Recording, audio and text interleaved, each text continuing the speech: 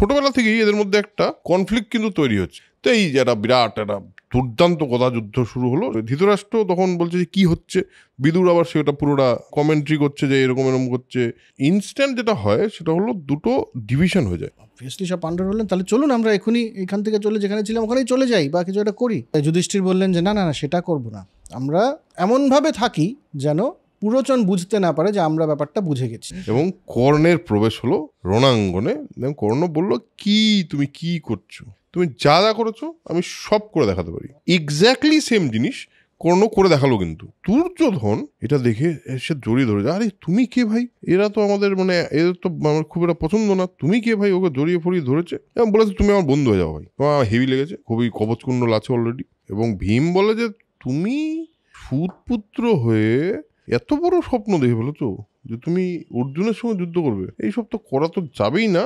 ও বলে যে কুকুর যেরকম যজ্ঞের যে প্রসাদ সেটা পায় না, সেরকম তুমি অঙ্গরাজ্য ভোগ করতে পারো না। যুধিষ্ঠির বুঝলেন এবং যুধিষ্ঠির তখন বললেন বাকি পাণ্ডবদের এবং কুন্তিকে যে এই বাড়িটা কিন্তু বানানো হয়েছে আমাদেরকে এই বাড়ির ভেতরে জ্বালিয়ে দেওয়ার জন্য।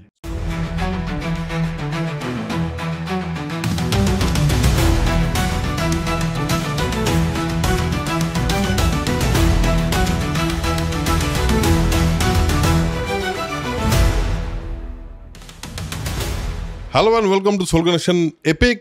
আমরা আবার চলে এসেছি আরেকটা এপিসোড নিয়ে। আপনারা জানেন যে আমরা এই এপিসোডে কি করি, সেটা হলো একটি বই নিয়ে কথা বলি বা একটি বই নিয়ে কথা বলছি আপাতত একটা সিরিজে।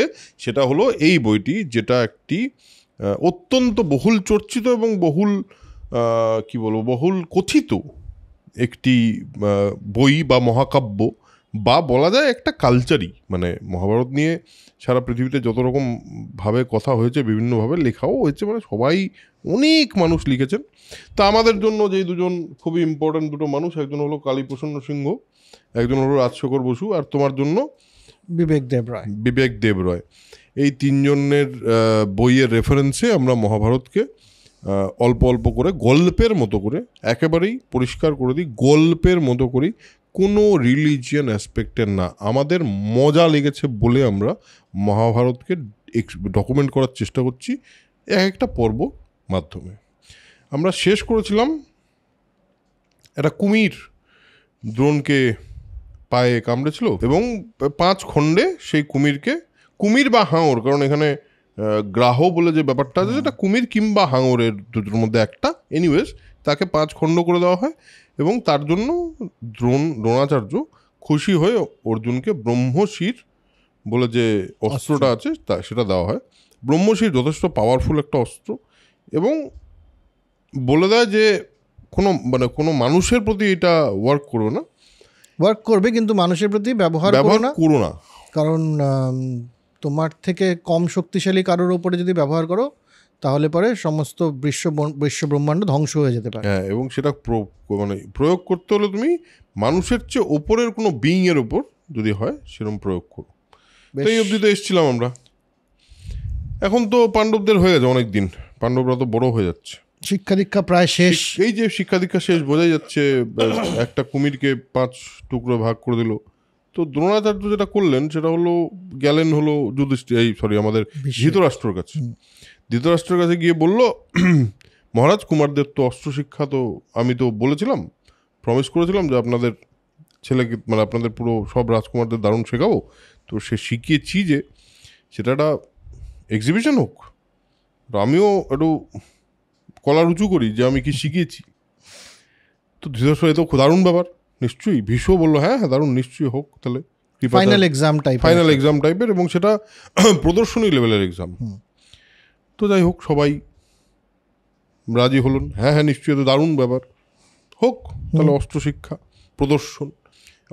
প্রদর্শনের জন্য একটা বিরাট রঙ্গভূমি নির্মাণ হলো। সেখানে ধৃতরাষ্ট্র দেখতে গেলেন বলতে ধৃতরাষ্ট্র গেলেন এবং তিনি ধৃতরাষ্ট্র, কুন্তি, বিদুর, তারপর আমাদের ইয়েও ছিল, আমাদের কৃপাচার্য।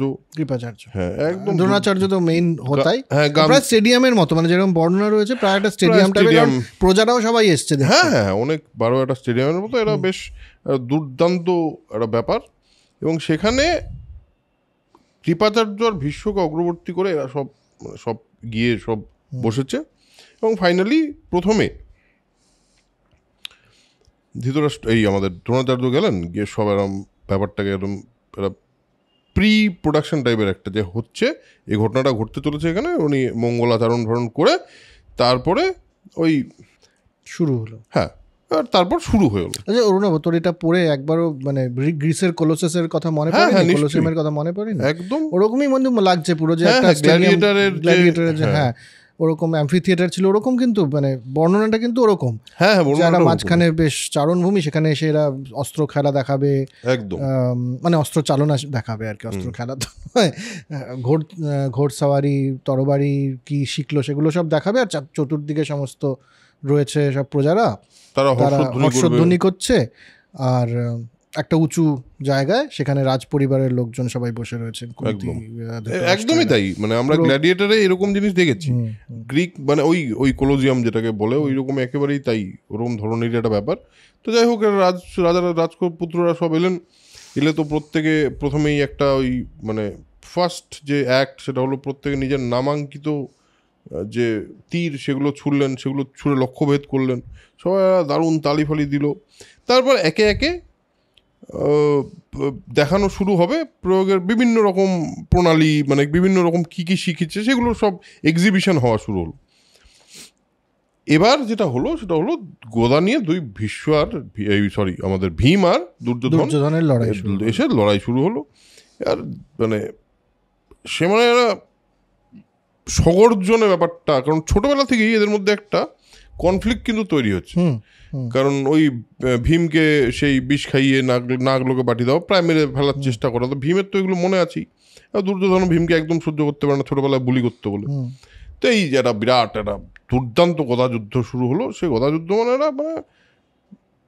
গর্জন তৈরি হলো, এবং সে ধৃতরাষ্ট্র তখন বলছে যে কী হচ্ছে, বিদুর আবার সেটা পুরোটা কমেন্ট্রি করছে যে এরকম এরকম করছে, যে যথারীতি যেভাবে হয়।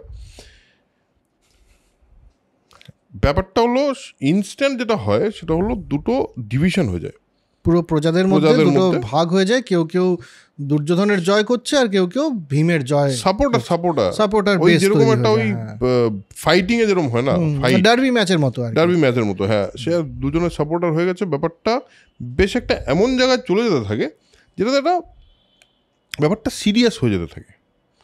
লোকজন চিৎকার করছে, ভীমকে সাপোর্ট করছে, ভীমের জন্য চিয়ার করছে, এদিকে দুর্যোধনের জন্য চিয়ার করছে। তো ব্যাপারটা একটুখানি মানে হাতের বাইরে চলে যাচ্ছে। তার মধ্যে আরেকটা বড়, দুজনেই তো রাজকুমার। এবার রাজ্যের প্রজারা যদি একজন রাজকুমারের পক্ষে হয়ে যায়, আরেকজন রাজকুমারের বিরুদ্ধে হয়ে যায়, তাহলে ব্যাপারটা রাজনৈতিকভাবেও বা কূটনৈতিকভাবে ব্যাপারটা ঠিক হবে না। এটা দেখলেন দ্রোণ, বুঝলেন, এবং দ্রোণ তারপরে আসরে নামলেন। হ্যাঁ, এবং বললেন অশ্বত্থামাকে গিয়ে বললেন যে তুমি এটা ইমিডিয়েটলি ব্যাপারটাকে বন্ধ করো। অশ্বত্থামা যথারীতি দ্রোণের পুত্র, তারও একটা ক্ষমতা আছে। সে বলল যে এইটা কিন্তু এটা কোলাহল তৈরি হওয়ার সম্ভাবনা আছে, এটা ক্যাওস তৈরি হওয়ার সম্ভাবনা, ইমিডিয়েটলি তুমি এটাকে আটকাও। দ্রোণ নিজের ইন্টারভেনশনে অশ্বত্থামাকে দিয়ে ব্যাপারটা আটকালেন। এবার আটকে ব্যাপারটা দ্রোণ বুঝলেন এবার একটা এই যে টেনশনের পরিবেশটা এটা একটু ডাইলুট করতে হবে, একটু নর্মাল করতে হবে। কি করা যায়? বলল আমার বেস্ট স্টুডেন্ট, যার জন্য আমি বিরাট গর্বিত, এবং আমার ছেলের চেয়েও বেটার, আমার অশ্বত্থামার চেয়েও বেটার, আর তার চেয়েও বেশি ভালোবাসি আমি যাকে। অশ্বত্থামা একবার আর তোকে দেখেছিল, সেটা লেখা নেই কিন্তু নিশ্চয়ই দেখেছো। বলছে ও আসবে, ও দেখাবে। আর অর্জুন যখন আসলো তখন তো মানে বিভিন্ন রকম অস্ত্রের প্রয়োগ এবং বিভিন্নভাবে তার বিদ্যা প্রদর্শন করতে শুরু করলো।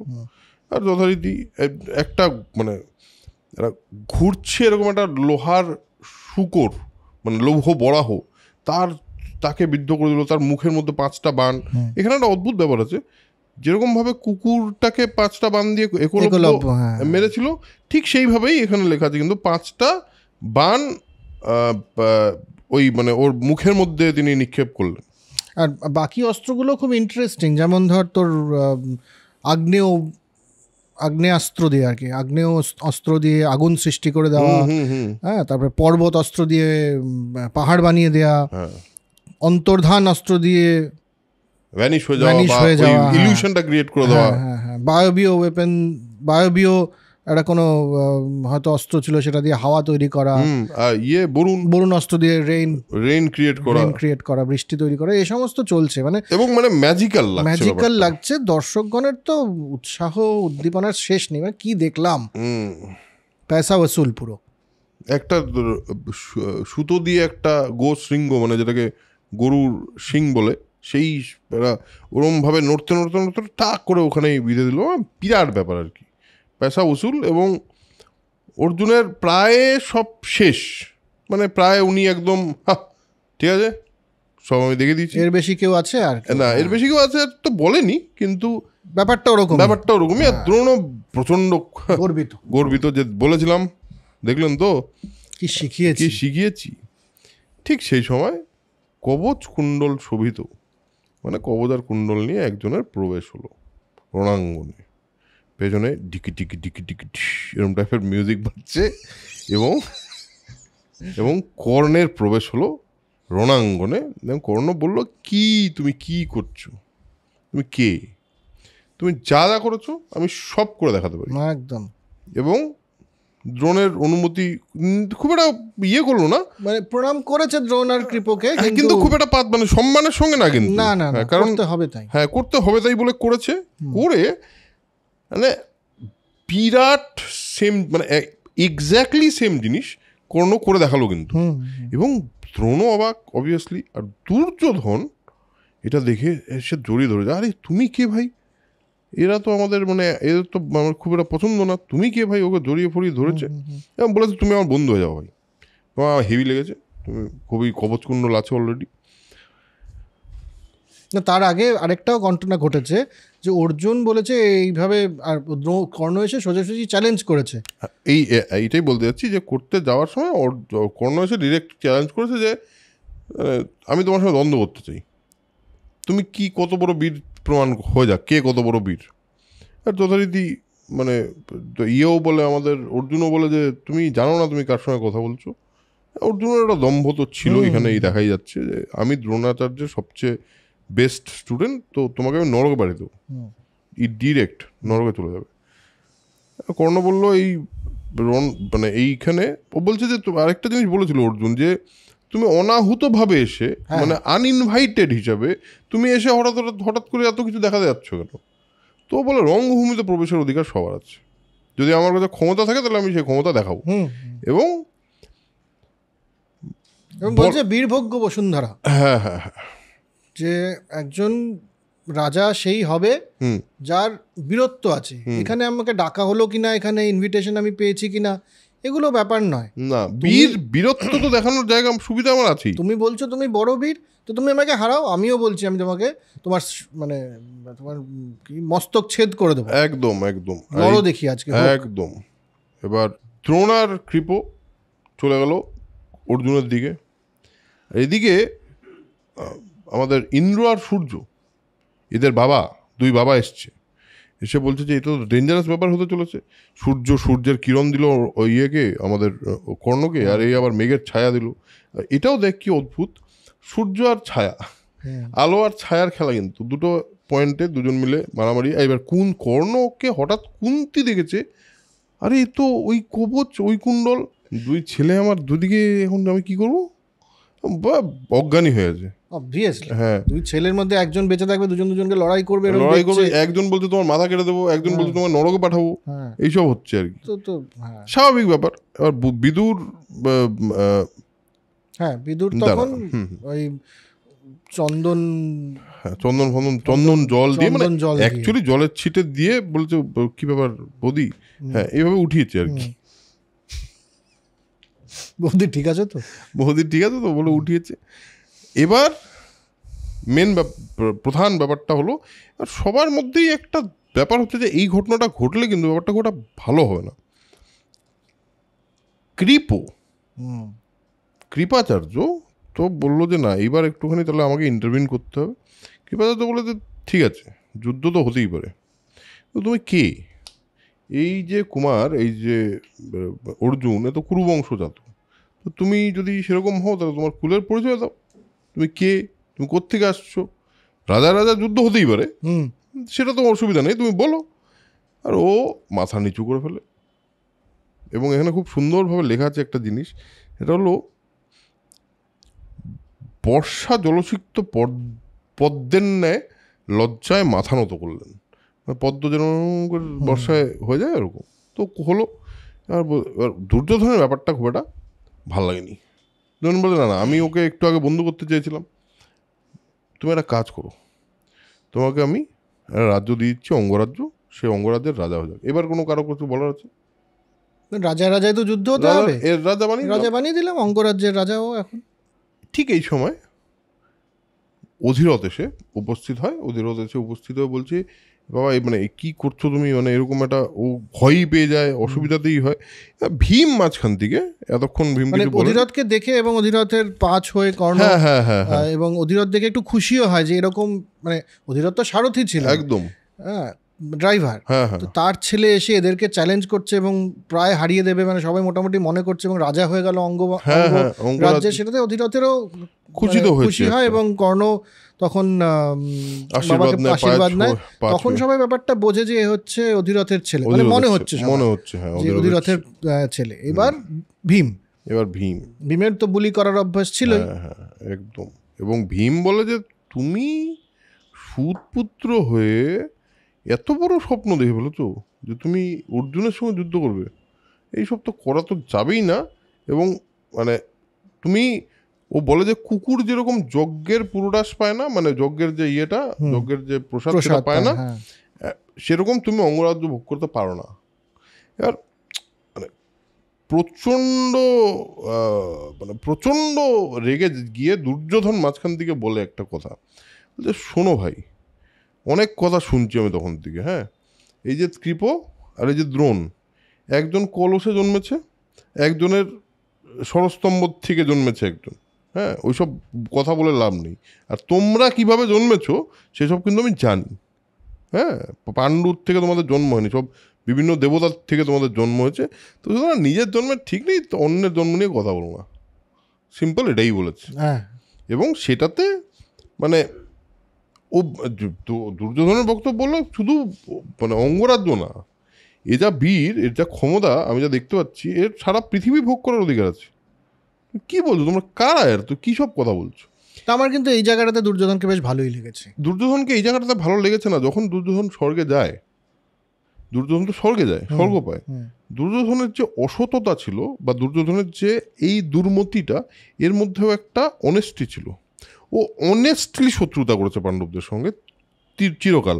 আর বিশেষ করে এই জায়গাটাতে দুর্যোধন কিন্তু খুবই খুবই বন্ধুত্ব দেখিয়েছে, এবং কর্ণও কিন্তু সারা জীবন এই বন্ধুত্বের মান রেখেছে।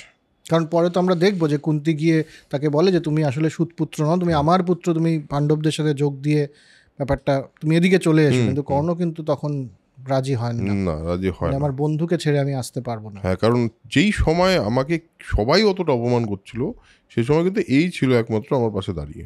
এটা তো হয়েছে, এটা তো, এবং দুর্যোধন এখানে কিন্তু নিজের একটা ভালো কাজই করেছে। কিন্তু এই পার্টিকুলার টাইমটায় যখন মানে এরকম একটা সিচুয়েশনের মধ্যে সূর্যাস্তটা হয়ে যায়, আমার ধারণা সূর্যদেব নিজেই ডিসাইড করেন যে হয়েছে, এটাকে আর বাড়তে দেওয়া যাবে না, যেহেতু আমার ছেলে, সূর্যটা অস্ত আর টাইম মতো থাকে একটা সূর্যাস্তের, তো নিজের নিয়মেই বোধহয় সূর্যটা অস্ত হয়ে যায়। সূর্য অস্ত হয়ে গেল, আর অর্জুনও ভাবলো ঠিক আছে, সব নিজেরা চলে গেলো। কুন্তি কিন্তু এদিকে খুবই খুশি যে আমার ছেলে একটা রাজ্য পেয়েছে, কারণ ওর তো ডিজার্ভ করে, আমার দোষে ও তো ওখানে আছে, কিন্তু ও তো ডিজার্ভ করে রাজা হওয়া, তো ও রাজ্যটা পেয়েছে, সেটাতে খুশি হয়। যুধিষ্ঠির কিন্তু বুঝতে পারে যে কর্ণের চেয়ে বেটার কিন্তু কেউ নেই। এইটা একটা পয়েন্টে এই ব্যাপারটা শেষ হয়।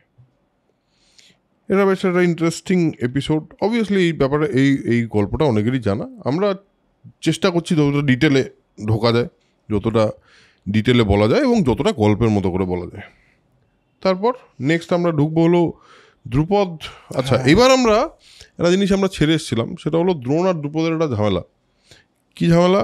দুজন মিলে একসাথে পাঠশালায় পড়াশোনা করতো, পাঠশালা মানে গুরুগৃহে পড়াশোনা করতো। গুরুগৃহে পড়াশোনা করতে করতে তারা একে অপরকে বন্ধু হয়েছে। এবং ধ্রুপদ কিন্তু বলেছিল আমি যখন রাজা হব তোমাকে কিন্তু অর্ধেক রাজ্য দেবো। তো যখন দ্রোণ ওই অশ্বত্থামার ওই পিটুলি গোলা জল ফল খাইয়ে ওই যে একটা অসুবিধার মধ্যে পড়ে সে যখন গেল, দ্রুপদ তাকে চিনলেই না, চিনল নিয়ে বললো যে অপমান করলো বলতে মানে বললো যে তুমি কোথায় আর ব্রাহ্মণ আমি রাজা, এক বন্ধুত্ব হয়ে না গিয়েছো। বলেছিলাম হয়তো কখনো রাজার সাথেই শুধু রাজার বন্ধুত্ব হতে পারে। এতদিন পর এখন আমাদের ইয়ের কাছে কি আছে, আমাদের দ্রোণের কাছে সাংঘাতিক শিক্ষিত কতগুলো ছাত্র, সাংঘাতিক শিক্ষিত কতগুলো ছাত্র। এবং ব্যাপারটা হলো এদেরকে দ্রোণ বলে যে দেখো তোমাদের তো শিক্ষা দিয়েছি, এবার গুরুদক্ষিণার সময় এসছে। এবার তখনকার দিনে কেন, এই তো কয়েকদিন আগেও এই আমার গুরুদক্ষিণা হয়েইছে, কিন্তু গুরুদক্ষিণার কথা তো সবাই জানতো আর কি। গুরুদক্ষিণা ইজ এ মাস্ট, একলব্য থেকে গুরুদক্ষিণা নিল না। তো বললো যে তোমরা যুদ্ধ করে পাঞ্চাল রাজ দ্রুপদকে জীবন্ত আমার কাছে নিয়ে এসো, জীবন্ত আনতে হবে, মেরে ফেললে হবে না, এবং এটাই শ্রেষ্ঠ গুরুদক্ষিণা হবে আমার জন্য। তো যথারীতি রাজকুমারগণ সবাই দ্রোণকে নিয়ে সসৈন্য, এরকম না শুধু ওরা গেছে, কারণ দ্রুপদ তো একটা দ্রুপদ তো একটা রাজ্য, হ্যাঁ পাঞ্চাল রাজ্য, সেই পাঞ্চাল রাজ্যের তো সৈন্য আছে, সৈন্য টৈন্য নিয়ে গিয়ে হ্যাঁ এবার যথারীতি যারা যুদ্ধ শুরু হলো, এবং সেই যুদ্ধ মানে তাদের সবারই পরাক্রম কিন্তু দেখা গেল।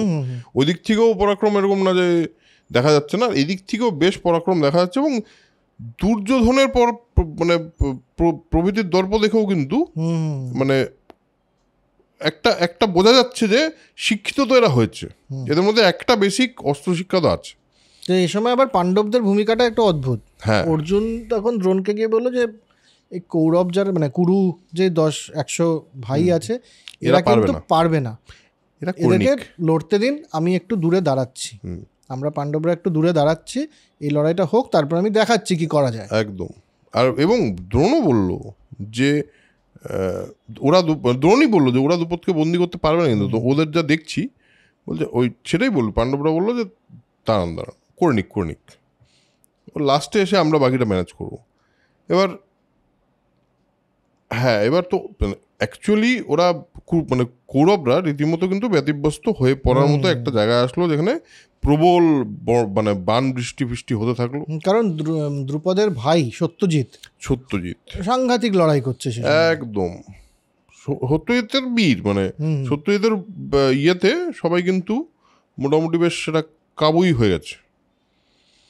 এহেন সময় এলেন অর্জুন এবং দ্রুপদরাজকে সত্যজিৎকে শুধু তাই না, প্রথমে সত্যজিৎকে পরাজিত করলো, তারপর দ্রুপদরাজকে বন্দি করে নিয়ে আসলো এবং দ্রুপদরাজকে দ্রোণ বলল যে এবার কি করা যায় বলো। এবার দ্রোণের পালা। দ্রোণ বলল দেখো তোমার তো আর রাজ্য নেই, কিন্তু আমার মনে আছে আমরা ছোটবেলায় একসাথে খেলতাম, আমি চাই আমরা বন্ধু থাকি, কিন্তু কি হয় বলো তো, রাজায় আর পরাজিত মানুষ যার কিছু নেই তাদের মধ্যে তো বন্ধুত্ব হয় না, কাজেই আমার রাজ্য মানে অর্জুন এরা বলেছে যে অর্ধেক রাজ্য এবার পুরো রাজ্যটা দ্রোণের, তা আমার অর্ধেক রাজ্য তুমি নাও, তাহলে তোমার আমার বন্ধুত্বটা আবার প্রতিষ্ঠিত হতে পারে, তুমি সেটা চাও তাহলে পরে উত্তর পাঞ্চালটা আমার হবে, তুমি দক্ষিণের দিকে ভাগীরথীর দক্ষিণ পাড়ের পাঞ্চালের পাড়টাতে তুমি রাজত্ব করতে পারো। একদম। দ্রুপদ বুঝলেন যে কি হলো ব্যাপারটা পুরো, এবং তিনি বললেন যে বুঝলাম আপনার মতো মানুষের কাছ থেকে এটাই কাম্য ছিল,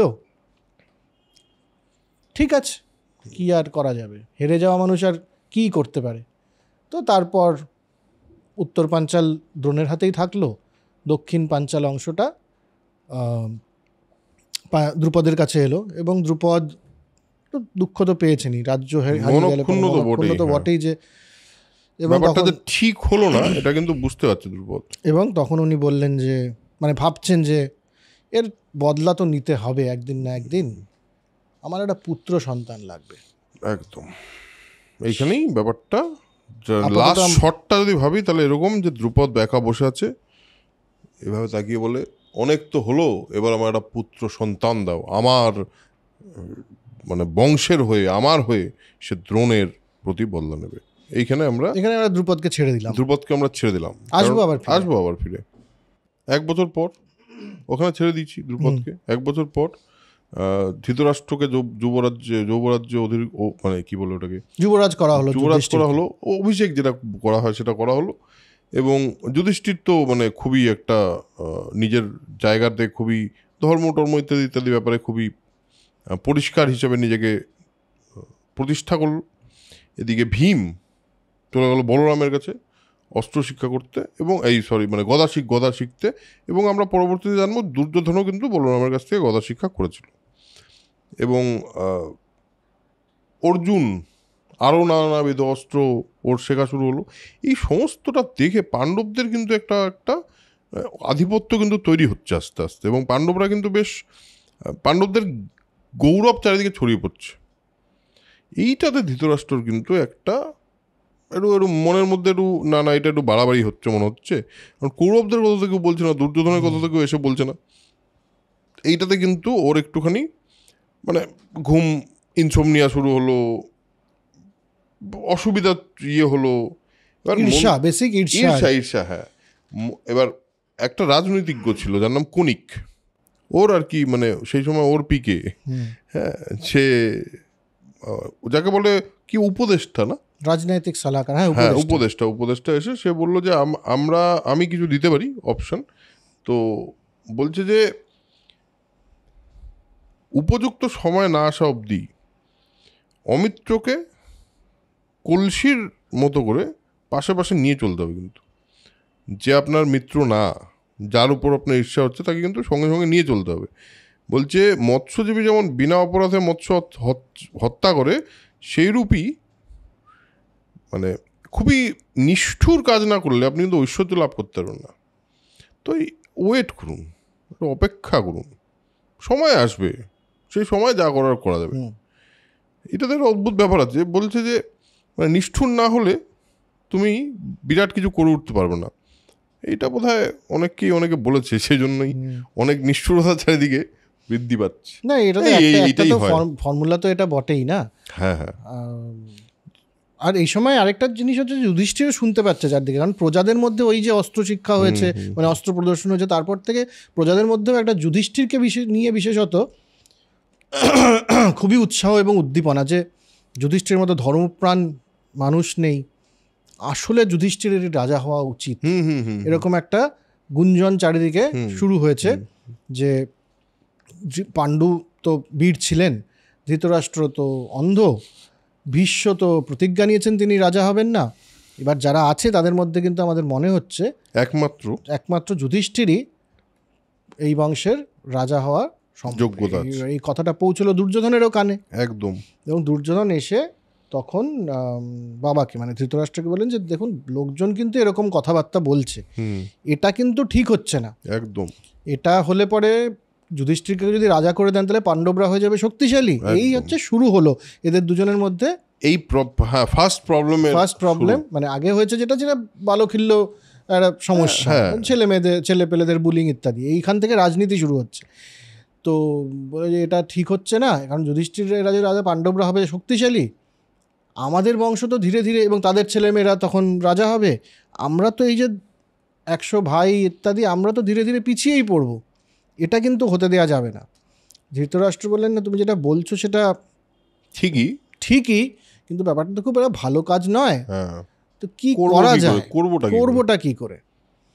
তো তখন দুর্যোধন বলে না, উপায় আছে, আপনি শুধু পাণ্ডবদেরকে কনভিন্স করুন যে ওরা বার্নাবর্তে যেন চলে যায়, এই জায়গাটা ছেড়ে, হস্তিনাপুর ছেড়ে বার্নাবর্তে যেন তারা চলে যায়, একদম, তাহলে আমাদের কোনো রিস্ক থাকবে না, বাকিটা আমি দেখে নিচ্ছি। ধৃতরাষ্ট্র বললেন এটা একদম হস্তিনাপুর ছেড়ে আমি পাণ্ডবদেরকে পাঠিয়ে দেবো, যাদের এরকম পপুলারিটি, এটা তো কেমন করে হবে? একদম। তো দুর্যোধন বললেন দেখুন, সমস্যা কিছু হবে না, কারণ ওই আমরা ডিক্টেটরের গল্পটাতে যেরকম বলেছিলাম যে মন্ত্রী যারা আছে, মন্ত্রী আমলা এরা যারা আছে, এদেরকে অর্থ দিয়ে আমি ম্যানেজ করে নেব, প্রজাদেরও আমি ম্যানেজ করে নেব অর্থ দিয়ে। বাকি ভীষ্ম রইলেন, ভীষ্ম করবেন না, তোমার সিংহাসনের প্রতি ভীষ্মের কোনো নেই। দ্রোণকে আমি ম্যানেজ করছি, আর দ্রোণ যেদিকে যাবেন কৃপও সেদিকেই যাবেন। কাজেই ও দ্রোণের ব্যাপারটা যে অশ্বত্থামা আমাদের সাইডে আছে, হুম, কাজে অশ্বত্থামা যদি আমাদের সাইডে থাকে তাহলে দ্রোণও ওখানেই থাকবে ছেলের ঠিক দিকে। ঠিক একদমই তাই। আর দ্রোণ যেদিকে থাকবেন, কৃপ যেহেতু কৃপর বোন দ্রোণের সাথে একদম বিবাহিত, একদম একদম। কাজে কৃপ আমাদের ছেড়ে যাবেন না। আর বিদুর কিন্তু আমাদের আমাদের লোক, সে মন্ত্রী, সবই ঠিক আছে, কিন্তু ও কিন্তু মনে মনে পাণ্ডবদের পক্ষপাতী। এটা কিন্তু এটা ব্যাপারটা কিন্তু আপনি দেখুন। হ্যাঁ, তো কিন্তু তিনি একা বলছে, তিনি একা একা বাধা খুব দিয়ে একটা, কিছু করতে হ্যাঁ। পারবেন না, তো আপনি পাঠান, হুম। তার ছেলে আর মাকে পাঠান। হ্যাঁ, তো ধৃতরাষ্ট্র একবার কোনো একটা আছিলায় পাণ্ডবদের অন্যান্য মন্ত্রীকে বলে টলে তারা সবাই মিলে বার্নাবর্তে পশুপতি উৎসব হবে এটার বিরাট সুখ্যাতি শুরু করলেন, যে পশুপতি উৎসব হচ্ছে ওখানে, ওখানে না গেলে তো জীবন বৃথা। অত লোক আসবে, বিরাট ব্যাপার। এটা শুনে মোটামুটি কিন্তু পাণ্ডবরাও খুব উচ্ছ্বসিত হয়ে গেল একদম। হ্যাঁ, তৎক্ষণাৎ বললো যে তারা আমরা বার্নাবর্তে যাবো, আর মিস করবো কেন, এটা ফোমো হলো আর কি, ফিয়ার অফ মিসিং আউট। একদম। তো তারা তো যাওয়ার জন্য তৈরি, বার্নাবর্তে যাওয়ার জন্য। অবভিয়াসলি যেমন করে দুর্যোধন প্ল্যান করেছিলেন, কেউই সেটাকে মানা করলেন না। একদম। কিন্তু যখন এরা যাচ্ছেন ছেড়ে, তখন প্রজাগণ কিন্তু এলেন। প্রজারা এবং প্রজাদের মধ্যে বেশ এলিট লোকজন এরা এলেন, এসে বললেন যে এটা কিন্তু ঠিক হচ্ছে না, আপনাদের ধৃতরাষ্ট্র ছেলের কথা শুনে আপনাদেরকে বার্নাবর্তে পাঠিয়ে দিচ্ছে, হস্তিনাপুর ছেড়ে যাওয়া আপনাদের, আমরা কিন্তু এটাকে মেনে নিতে পারছি না, আপনারা থেকে যান। যুধিষ্ঠির বলল, না, আমার পিতাসম ধৃতরাষ্ট্র বলেছেন, কাজেই আমি অমান্য করতে পারবো না, আপনারা বরং আমাদেরকে আশীর্বাদ করুন যেন আমরা ভালোভাবে ওখানে যাই। এবার লাস্ট হস্তিনাপুর ছাড়ার আগে তাদের দেখা হলো বিদুরের সাথে। বিদুর তো জানে প্ল্যানটা কি হয়েছে, কিন্তু লোকজনের সামনে বিদুর ডিরেক্টলি বলতেও পারছে না। না, কিন্তু তার আগে একটা জিনিস হয়েছে যাতে বিদুরের এই কথাটা মনে হচ্ছে, এটা হলো দুর্যোধনের ভাবভঙ্গি, এবং দুর্যোধন তো অলরেডি একটা ব্যবস্থা করে নিচ্ছে। ও পুরোচনকে বলে, তোমার একটা দ্রুতগামী রথ দিচ্ছি, তুমি আগে পৌঁছে যাও, পৌঁছে গিয়ে এরকম একটা, মানে এখানে লেখা যেটা আছে বার্নাবর্ত যাও, শন সর্য ধুনো, হ্যাঁ, একটা দুর্দান্ত একটা বাড়ি বানাও, মাটির সঙ্গে ঘি মিশিয়ে দাও, ঘি গালা, মানে যতু আর কি, যেটা মেজার ইনগ্রিডিয়েন্ট হবে, যেগুলো জ্বলবে, এইসব জিনিস দিয়ে বানাও, আর তাতে, এবং এমনভাবে করো যাতে পাণ্ডবরা বুঝতে না পারে। তারপরে একটা সময় বুঝে বাকি মানে জ্বালিয়ে দেবে, অগ্নি সংযোগ করে এদেরকে। একদম। এবার বিদুর জেনে গেছেন। এবার বিদুর লাস্ট যুধিষ্ঠিরের সাথে দেখা, তো বিদুর এবং যুধিষ্ঠির একটা ম্লেচ্ছ ভাষা জানতেন, সিক্রেট ল্যাঙ্গুয়েজ টাইপের। তো সেখানে বিদুর কিছু কিছু কথা বললেন, ডিরেক্টলি বললেন না কিন্তু। একদম একদম। বিদুর বললেন যে দেখো, শত্রুর অভিসন্ধি যে জানে সে বিপদের থেকে নিজেই কিন্তু নিস্তারের উপায় করে, এবং অস্ত্র সবসময় যে লোহারি হবে তা নয়, আগুনও কিন্তু একটা অস্ত্র। আর বলে যে আগুন সব বন্টন জ্বালিয়ে দেয়, কিন্তু গর্তে যারা থাকে তাদের কিন্তু কোনো ক্ষতি হয় না, বুঝলে তো? হ্যাঁ, বুঝলে, যেভাবে সজারুরা গর্তের মধ্যে দিয়ে চলে যায়, সেরকম আগুন থেকে বাঁচা যায়। আর দিক নির্ণয়ের জন্যে সূর্য চন্দ্র নক্ষত্র দিয়ে দিক নির্ণয় করা যেতে পারে, এবং সেটা যদি কেউ করতে পারে তাহলে নিজেকে এবং 5 জনকে বাঁচাতে পারে। সব মিলিয়ে এরা পুরো কোডেড ল্যাঙ্গুয়েজে পুরোটা দিয়ে দিল, কিন্তু এটা আমরা পরে বুঝতে পারবো। তো এবার পাণ্ডবরা বার্নাবর্তে গেলেন, জয় জয় ধ্বনি আর কি চারদিকে, যে পাণ্ডবরা এসে গেছে বার্নাবর্তে, সে সাংঘাতিক পশুপতি উৎসব হচ্ছে। 10 দিন তারা থাকলেনও একটা অন্য বাড়িতে, অন্য জায়গায়। তখন তারপরে পুরোচন এলেন। পুরোচন এসে বললেন যে আপনাদের জন্য তো প্রাসাদ হয়ে গেছে, আপনারা পাণ্ডব, আপনারা এরকম জায়গায় থাকবেন, চলুন দেখে আসুন। তো যুধিষ্ঠির এবং সবাই গেলেন আর কি, গিয়ে দেখলেন যে সুন্দর, যথেষ্ট সুন্দর প্রাসাদ, কিন্তু ঘিয়ের গন্ধ পাওয়া যাচ্ছে, বাকি লাক্কা দিয়ে তৈরি হয়েছে। তো দুর্যোধন তখন বললেন, যুধিষ্ঠির বুঝলেন, এবং যুধিষ্ঠির তখন বললেন বাকি পাণ্ডবদের এবং কুন্তিকে যে এই বাড়িটা কিন্তু বানানো হয়েছে আমাদেরকে এই বাড়ির ভেতরে জ্বালিয়ে দেওয়ার জন্য। তো অবভিয়াসলি সব পাণ্ডব বললেন, তাহলে চলুন আমরা এখনই এখান থেকে চলে, যেখানে ছিলাম ওখানেই চলে যাই, বা কিছু একটা করি। যুধিষ্ঠির বললেন যে না, সেটা করব না, আমরা এমনভাবে থাকি যেন পুরোচন বুঝতে না পারে যে আমরা ব্যাপারটা বুঝে গেছি। কারণ যদি সেটা বুঝে যায় তাহলে দুর্যোধন অন্য কোনো উপায়ে আমাদের মেরে ফেলতে পারবে, অ্যাসাসিনেট করে ফেলবে, আমরা অন্য উপায় বের করব। তো এমন সময় খনক এলেন একজন, খনক মানে যে খনন করতে পারে, তো খনক এলেন, এসে বলেন আমাকে বিদুর পাঠিয়েছেন এবং আপনাদের এই কাজের জন্যে গর্ত খুঁড়ে আপনাদেরকে একটা টানেল বানিয়ে দেওয়া হবে, সুড়ঙ্গ বানিয়ে দেওয়া হবে। তো ঠিক আছে, খনক এবং বললেন যে আপনার সাথে বিদুরের তো এই কথা হয়েছিল লাস্ট, এটা আমি তো জানতাম না যদি বিদুর আমাকে না পাঠাতেন। যুধিষ্ঠির বললেন ঠিকই। তো খনক এদিকে খনন করছেন, আর মোটামুটি কিছুই যেন হয়নি, এমনি করে পাণ্ডবরা কিন্তু ওই বাড়িতেই থাকছে। আর মৃগয়ার নাম করে ঘুরে বেড়াচ্ছে দেখার জন্য যে টানেলটা থেকে বেরিয়ে আমরা যাবো কোন দিকে। একদম। আর রাত্রিবেলা এরা কিন্তু সুড়ঙ্গের মধ্যে ঢুকে থাকছেন। তারপর এক রাতে একটা পান ভোজনের একটা উৎসব পাণ্ডবরা রাখলেন সেই প্রাসাদেই। ততদিনে টানেল খোঁড়া হয়ে গেছে। সেখানে এক নিষাদ মা এবং তার 5 ছেলেকে নিয়ে এসছে। বাকিরাও এসছে, এরাও এসছে। তো এরা যথেষ্ট সুরাটুরা পান করে একেবারে অচৈতন্য হয়ে পড়ে গেছে। পাণ্ডবরা ভাবলেন যে এই সময় এসেছে, তো তারা সুড়ঙ্গে ঢুকলেন এবং পুরোচনও পড়ে আছেন ওখানেই, আগুন জ্বালিয়ে দিলেন, নিজেরাই আগুন জ্বালিয়ে দিলেন একদম, এবং নিজেরা টানেল দিয়ে পালিয়ে গেলেন। সকাল হলে দেখা গেল যে পুরোচন নিজেও ওই আগুনে দগ্ধ হয়ে মারা গেছেন এবং ওখানে 5টা ছেলে আর একটি বয়স্ক মহিলা তার মানে পোড়া মৃতদেহ আর কি পাওয়া গেল। তো সবাই মোটামুটি নিশ্চিত হলেন যে এরা পাণ্ডব এবং কুন্তী, এবং খুব বিলাপ করলেন যে মানে এই নিশ্চয়ই দুর্যোধনেরই কাজ, ষড়যন্ত্র করে পুরোচনকে দিয়ে এই ঘটনাটা ঘটিয়েছে। এদিকে পাণ্ডবরা তো বেরিয়ে গেছেন সুড়ঙ্গ দিয়ে, বেরিয়ে সেই বন জঙ্গল দিয়ে ঘুরে ঘুরে ওই চন্দ্র সূর্য নক্ষত্র দিয়ে চলছেন। কুন্তী বয়স্কা, নকুল সহদেব বাচ্চা ছেলে, তো ভীম কুন্তীকে কাঁধে নিয়ে আর নকুল সহদেবকে কোলে নিয়ে চলছে। রাত্রে মানে সবাই যখন ঘুমিয়ে পড়ে তখন ভীম জেগে থাকে, এবং ভীমের ব্যাপারটাতে তখন ভীম এসে যখন জল খাওয়াতে গেছে তখন নিজেই দেখে একেবারে মানে মনে মনে ভাবছে যে কি জীবন আমাদের, আমরা পাণ্ডুর ছেলে, রাজার ছেলে, হস্তিনাপুরের যুবরাজ আমাদের সঙ্গে, কিন্তু আমরা একাই বনে বাজারে ঘুরে বেড়াতে হচ্ছে পালিয়ে। ওটা ভালো জিনিস, ভালো না, এর একটা প্রতিশোধ তো আমাদের নিতে হয়। এদিকে বার্নাব্রতে এরকম একটা ঘটনা ঘটেছে, সেটা পৌঁছলো ধৃতরাষ্ট্রের কাছে। ধৃতরাষ্ট্র করলেন প্রচুর বিলাপ, এবং মানে পাণ্ডবরা মারা গেছে, কুন্তী মারা গেছে, তাই ভীষ্ম এবং ধৃতরাষ্ট্র মিলে তর্পণ করলেন। খুবই দুঃখ। ধৃতরাষ্ট্র বোধহয় বুঝতে পারেনি যে এতটা ব্যাপারটা খারাপ হবে।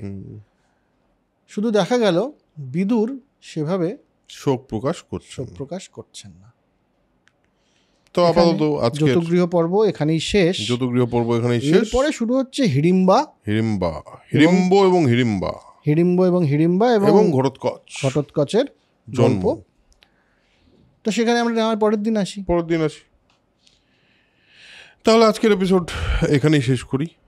এই গল্পগুলো বেশিরভাগই অনেকেরই জানা, হয়তো এই গল্পগুলো খুব একটা যে আলাদা করে যে বিরাট অজানা গল্প তা নয়, বাট জানা গল্প হলেও আমরা যেহেতু ডকুমেন্ট করছি সেজন্য আমাদের পুরোটাই ডকুমেন্ট করা আমাদের দায়িত্বের মধ্যে পড়ে।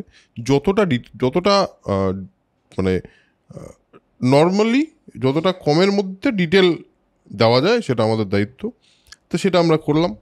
আজকের এপিসোড এখানেই শেষ করব। দেখা হবে পরের এপিসোডে আমরা হিড়িম্বা এবং ঘটোৎকচের জন্ম নিয়ে কথা বলবো, এবং ওদের ওই পয়েন্টের পর থেকে পাণ্ডবরা ঠিক কোথায় গেল, পাণ্ডবরা কী করলো, তারপরে আবার বকরাক্ষসের কথায় আসবো, সেসব তো চলবেই। ঠিক আছে, তাহলে আজকের এপিসোড এখানেই শেষ করছি। দেখা হচ্ছে পরের এপিসোডে। কেমন সেটা অবশ্যই লিখে জানাবেন আমাদের। আপনাদের কোনো সাজেশন থাকলে সেটাও দেবেন। আজকের এপিসোড এখানেই শেষ করছি। তার আগে যেটা বলি সেটা হলো spread knowledge, spread positivity, because knowledge is power and yes, positivity is everything. Tata, দেখা হচ্ছে পরের এপিসোডে।